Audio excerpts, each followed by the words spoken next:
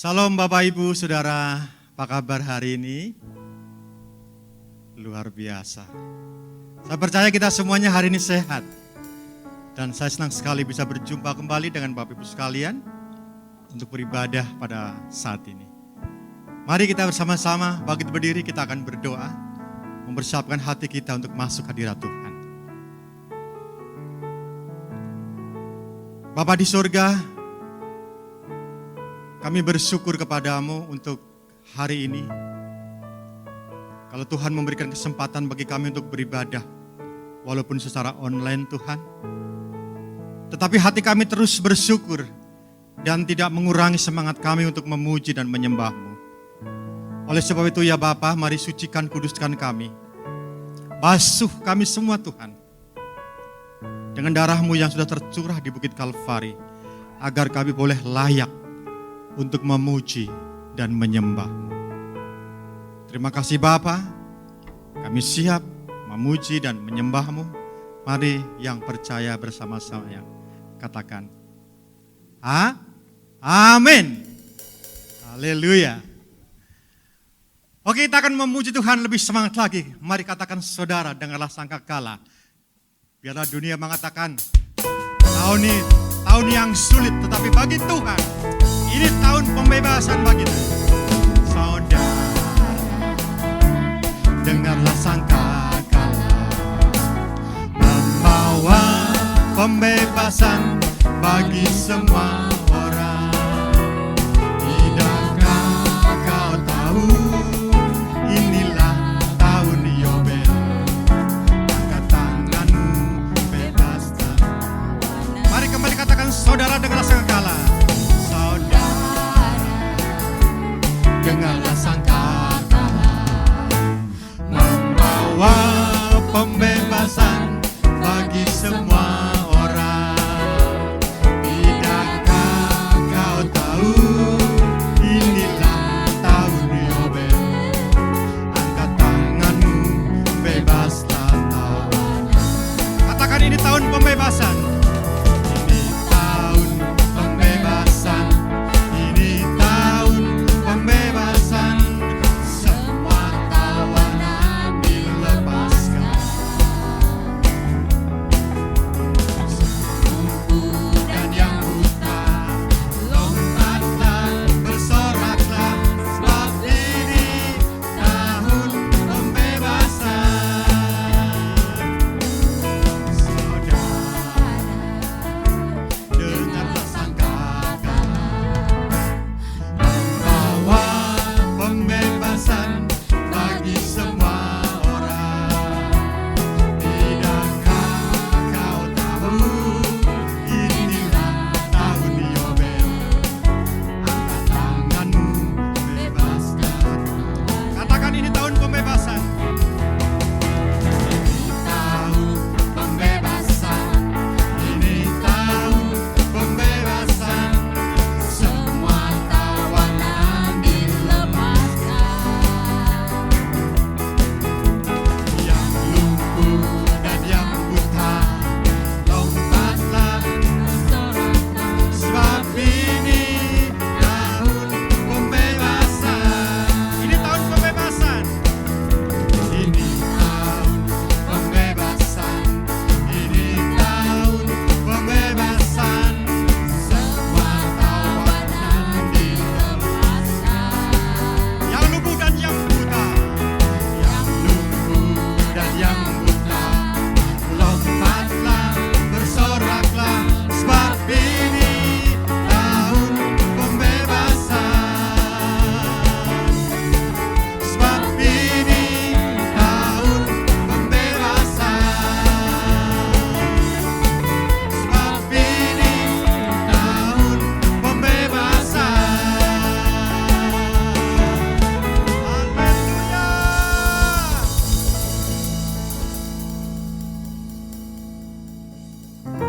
Terima kasih Tuhan. Kami boleh mengimani bahwa ini tahun pembebasan bagi orang yang percaya. Ini tahun pembebasan bagi orang-orang yang percaya kepada Tuhan. Karena kami memiliki Allah yang luar biasa. Kami memiliki Allah yang ajaib.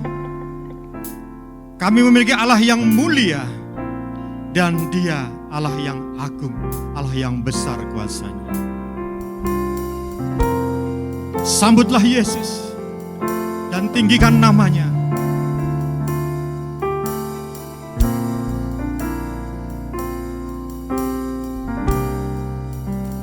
Sambutlah Yesus, tinggikan Yesus, beri Dia hormat, pujian dan kuasa. Yesus Raja, bagi yang mulia, ku angkat tanganku, Kau ku puja, ku cinta, ku sembah. Haleluya. Dia sungguh indah, Dia Yesus, Dia Yesus. Dia Allah yang ajaib, saudara. Dia ajaib, Dia mulia, Dia mulia, Dia agung, Dia cinta daku dan ampuniku, bahkan rela berikan nyawanya untuk selamatanku. Sambutlah Yesus, sambutlah Yesus, tinggikan Yesus, berinya hormat, pujian dan kuasa. Yesus Raja, bagi yang mulia, ku angkat tanganku, Kau ku puja, ku cinta, ku sembah. Haleluya. Sambutlah Yesus, sambutlah Yesus, tinggikan namanya, tinggikan Yesus, berikan Dia hormat, Dia hormat, pujian dan kuasa. Yesus Raja, bagi yang mulia,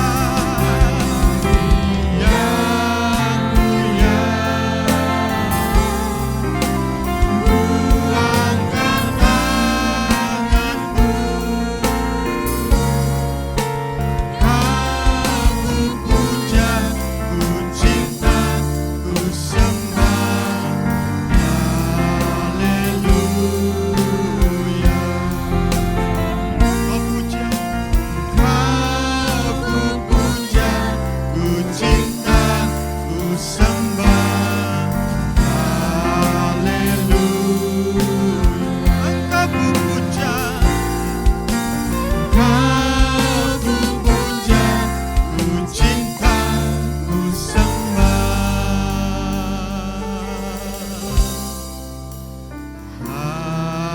Haleluya.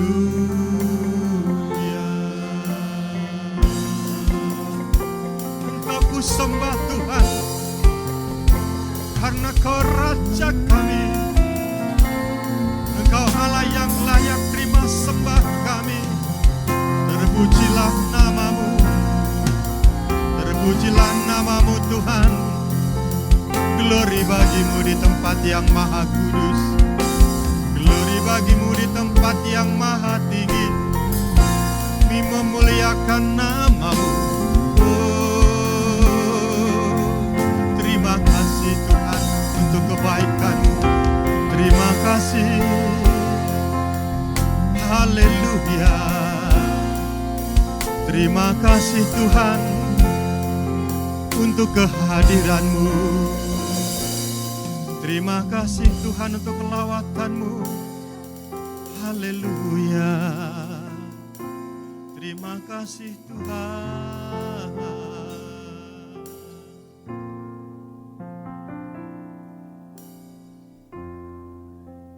Bapa, kami bersyukur buat semua kebaikan-Mu di dalam kehidupan kami. Kau Tuhan yang senantiasa membimbing hari lepas hari. Terima kasih Bapa, biar kehidupan kami boleh menjadi pujian yang menyenangkan hati Tuhan. Saatnya kami mau duduk diam di kaki-Mu, mendengarkan firman-Mu. Berbicaralah Tuhan, biar firman-Mu boleh meneguhkan setiap kami. Tuhan bekerja di tengah-tengah kami, Roh Kudus urapi, dan biar pemberitaan firman Tuhan di dalam tangan Tuhan sepenuhnya. Terima kasih Bapa, di dalam nama Tuhan Yesus kami berdoa dan bersyukur. Amin. Shalom Bapak Ibu yang dikasihi Tuhan, senang kembali berjumpa dengan Bapak Ibu. Kiranya kita semua dalam keadaan baik-baik, sehat-sehat, dalam perlindungan dan penyertaan Tuhan. Amin. Bapak Ibu, hari ini saya mau menyampaikan firman Tuhan dengan judul Menggapai Janji Tuhan. Ada kalanya Bapak Ibu, kita menghadapi masalah yang berat dalam kehidupan, pergumulan, kesusahan demi kesusahan. Sepertinya dalam perjalanan hidup kita ini kita nggak pernah bisa lepas dari yang namanya masalah, bukan? Lalu kita mulai bertanya-tanya, kok Tuhan membiarkan semuanya itu terjadi ya? Kenapa Tuhan sepertinya nggak menolong? Kenapa orang yang kita kasih sakit atau dipanggil Tuhan? Kenapa kita menderita? Lalu sebenarnya Tuhan mau bawa aku nih kemana ya? Bagaimana dengan janji-janji Tuhan? Mana buktinya? Nah, untuk menjawab semua pertanyaan itu, mari kita baca dahulu dari Yesaya 30 ayat 15 dan 16. Sebab beginilah firman Tuhan Allah yang Maha Kudus, Allah Israel. Dengan bertobat dan tinggal diam, kamu akan diselamatkan. Dalam tinggal tenang dan percaya terletak kekuatanmu. Tetapi kamu enggan. Kamu berkata, bukan, kami mau naik kuda dan lari cepat. Maka kamu akan lari dan lenyap.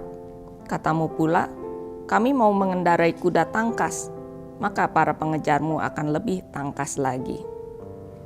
Nah Bapak Ibu, tentunya kita pernah melihat ya, anak kecil dibawa ke dokter, katakanlah masuk ke rumah sakit, ke IGD. Kebanyakan anak-anak akan menangis, meronta-ronta.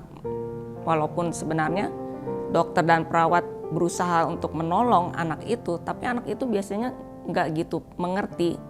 Yang mereka tahu, mereka marah dan mereka nggak suka untuk ditolong.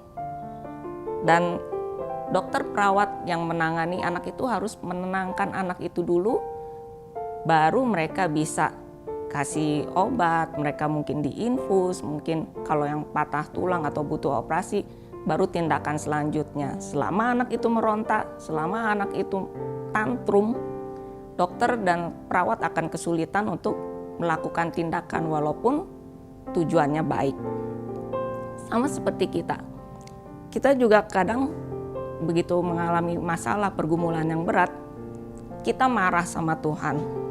Kita ngeyel, gak mau nurut apa kata firman Tuhan. Kita mengandalkan hikmat dan kekuatan kita sendiri. Kalau kita begitu, Tuhan akan diam. Tuhan akan menunggu saat yang tepat untuk Dia bertindak dan bekerja untuk menggenapi janji-janjinya. Dan untuk mengalami janji-janji Tuhan itu, ada dua hal yang harus kita lakukan. Seperti firman Tuhan yang tadi sudah kita baca. Yang pertama, bertobat dan tinggal diam. Bertobat itu berarti kita berbalik dari jalan yang salah ke jalan yang benar. Kalau udah tahu kita nyasar, tentunya kita akan berhenti kan. Kita akan stop, kita berbalik arah menuju jalan yang seharusnya. Dan kalau kita udah tahu bahwa perbuatan kita itu salah, merupakan dosa, pelanggaran terhadap firman Tuhan, tentunya kita harus berhenti melakukannya. Kita berbalik, bertobat, kita minta ampun, dan kita melakukan firman Tuhan, hidup benar sesuai dengan firman-Nya. Kalau selama ini Tuhan diam, itu karena Tuhan tuh sabar, panjang sabar terhadap kita. Tuhan tuh begitu baik. Dia ingin kita nih untuk bertobat. Dia beri kesempatan kepada kita untuk kita kembali kepadanya. Seperti dalam 2 Petrus 3 ayat 9. Tuhan tidak lalai menepati janjinya, sekalipun ada orang yang menganggapnya sebagai kelalaian. Tetapi Ia sabar terhadap kamu, karena Ia menghendaki supaya jangan ada yang binasa, melainkan supaya semua orang berbalik dan bertobat. Bapak Ibu, kita tak akan mengalami janji Tuhan selama kita tidak bertobat. Bagaimana mungkin kita bisa menerima janji Tuhan kalau kita tidak sejalan dengan Tuhan? Bayangkan kalau Bapak Ibu ke puncak, di sepanjang jalan kita bisa melihat perkebunan teh dan warung-warung yang jual jagung bakar. Tapi kalau kita ke arah Jakarta, kita nggak mungkin bisa menikmati semua itu kan. Ke arah Jakarta nggak ada perkebunan teh, nggak ada tukang jagung bakar. Makanya kalau kita tidak sejalan dengan Tuhan, tidak berjalan di jalan yang benar, tidak mungkin kita menikmati janji Tuhan. Lalu tinggal diam. Tinggal diam di sini dalam bahasa Inggrisnya itu rest, berarti istirahat. Tuhan mau kita tuh istirahat, santai aja. Gak perlu kita capek-capek, sibuk-sibuk, cari pertolongan sendiri, berusaha mencari jalan keluar menurut versi kita, menurut maunya kita. Misalnya kalau kita sakit, mulai dari cari dokter sana sini sampai cari dukun. Misalnya kita kekurangan keuangan, kita mulai pinjam ke bank, mulai dari bank ke rentenir, akhirnya ke pinjaman online pun disikat. Bapak Ibu, kita nggak usah ikut campur atau bantuin Tuhan. Kita malah bikin berantakan, bikin masalah sendiri. Tuhan ingin kita mempercayakan sepenuhnya kepada Dia, kita bisa tenang, bisa istirahat. Dalam Mazmur 4 ayat 8 dikatakan, dengan tentram aku mau membaringkan diri, lalu segera tidur. Sebab hanya Engkaulah ya Tuhan yang membiarkan aku diam dengan aman. Orang yang gelisah, orang yang banyak pikiran, biasanya nggak bisa tidur pulas. Tapi orang yang mempercayakan segalanya kepada Tuhan pasti bisa tidur pulas. Tuhan mengerti bahwa kita ini manusia yang kekuatannya terbatas. Kita ini nggak sanggup. Makanya kita butuh istirahat. Dengan istirahat yang baik, emosi kita juga akan menjadi sehat dan bisa berpikir dengan lebih jernih. Dengan diam, istirahat di dalam hadirat Tuhan, manusia rohani kita akan lebih sehat. Roh kita bisa disegarkan kembali oleh Tuhan. Jadi dengan bertobat dan tinggal diam, kita diselamatkan, kita ditolong, kita diurusin oleh Tuhan. Yang kedua, tinggal tenang dan percaya. Tinggal tenang di sini adalah dalam bahasa Inggrisnya quietness. Quietness itu sepi, gak ribut-ribut, gak banyak mulut, gak banyak ngomong, kita gak protes, gak menggerutu, tidak marah-marah menyalahkan Tuhan apalagi orang lain. Dalam Mazmur 131 ayat 2 dikatakan, sesungguhnya aku telah menenangkan dan mendiamkan jiwaku, seperti anak yang disapi berbaring dekat ibunya. Ya, seperti anak yang disapi, jiwaku dalam diriku. Biasanya kalau bayi-bayi itu digendongan ibunya, mereka akan merasa tenang, mereka aman, mereka nyaman. Demikian juga kita seharusnya merasa tenang di dalam gendongan Tuhan. Bukankah Tuhan tidak pernah melepaskan tangan kasih-Nya atas kita? Untuk menenangkan diri juga, berarti kita tuh harus benar-benar jaga pikiran, jaga perasaan emosi kita, dan juga jaga perkataan kita. Daripada kita pusing melihat keadaan, situasi yang kita hadapi, lebih baik kita cari wajah Tuhan. Kita mencari ketenangan di dalam hadirat Tuhan. Dan selain tinggal tenang, kita juga perlu percaya, yakin sepenuhnya, menaruh percaya kita kepada Tuhan dan firman-Nya. Percaya bahwa Tuhan turut bekerja di dalam segala perkara untuk mendatangkan kebaikan bagi kita. Kita percaya bahwa rancangan yang Tuhan lakukan adalah rancangan yang membawa damai sejahtera, bukan rancangan kecelakaan. Kita percaya bahwa tangan Tuhan tidak kurang panjang untuk menolong kita, dan telinganya tidak kurang mendengar untuk menjawab doa kita.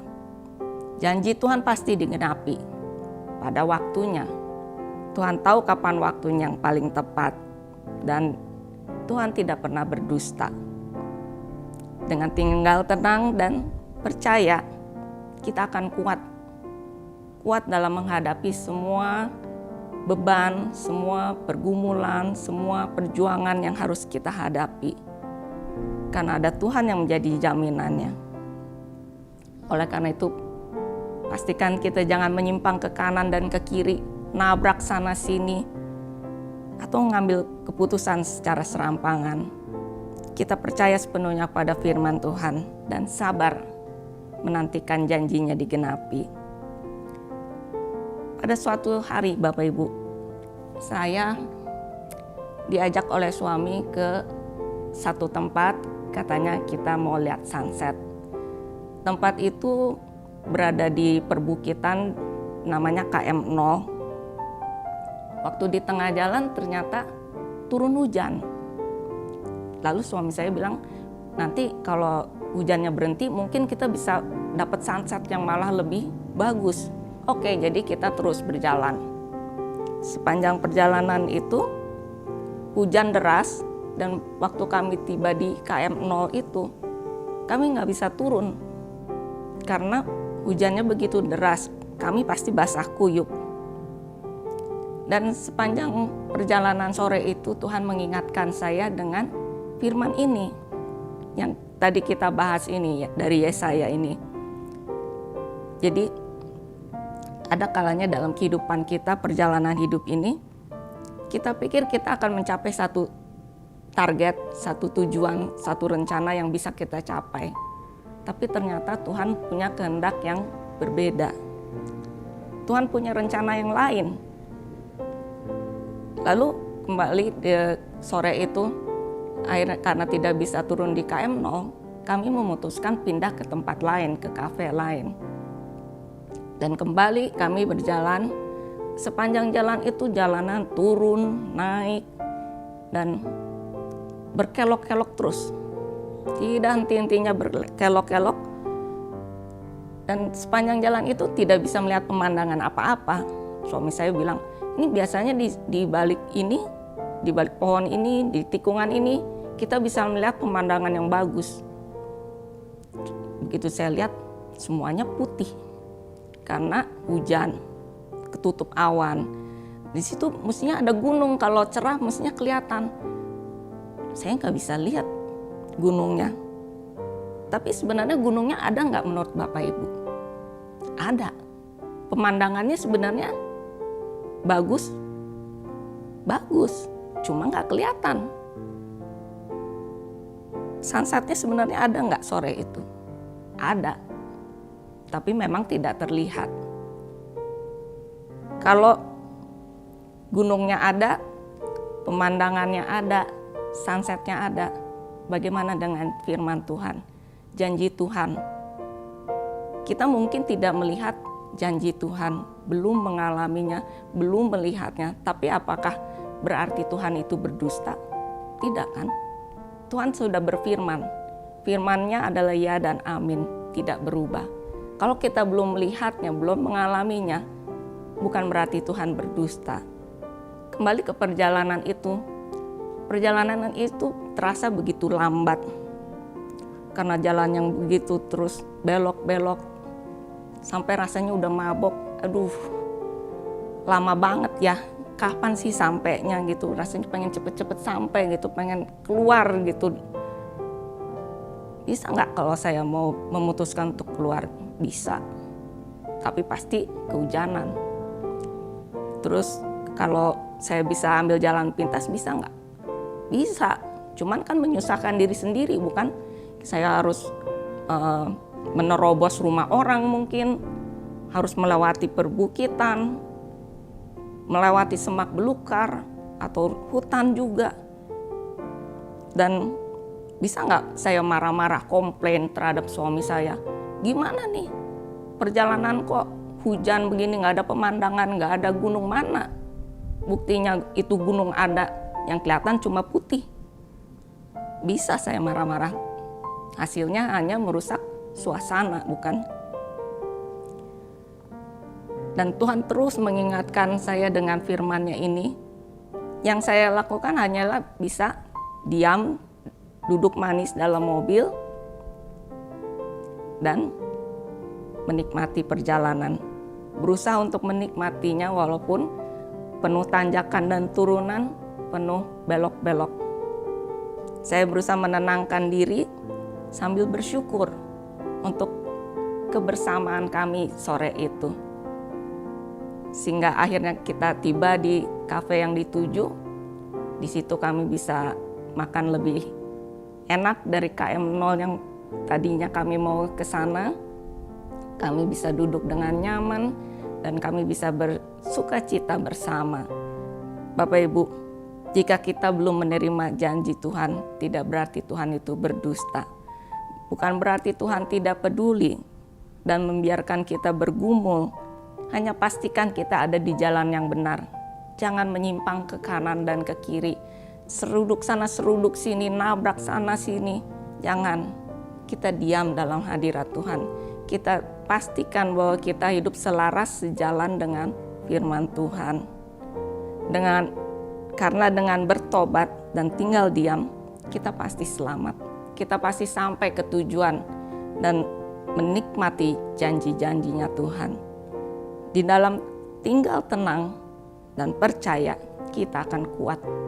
Kita akan kuat menghadapi kehidupan yang akan datang, yang sedang kita jalani saat ini.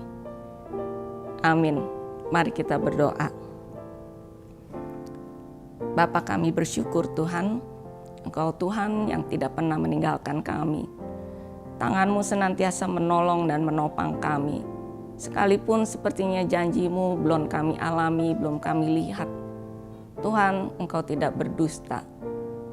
Janji-Mu suatu saat akan kami alami, akan kami terima. Kami percaya Tuhan, kami mau menaruh percaya kami sepenuhnya hanya kepada-Mu. Tidak mengandalkan kekuatan kami sendiri, tidak mengandalkan hikmat kami. Kami membutuhkan-Mu Tuhan, bimbing kami terus supaya kami boleh berjalan di jalan yang benar. Terima kasih Roh Kudus, Engkau Allah yang setia, yang senantiasa menolong kami, memberi kekuatan dan pengharapan. Terima kasih Bapa. Bapa, kami juga mau berdoa bagi seluruh jemaat-Mu dimanapun berada. Biar Tuhan sendiri yang menolong, Tuhan yang menilik.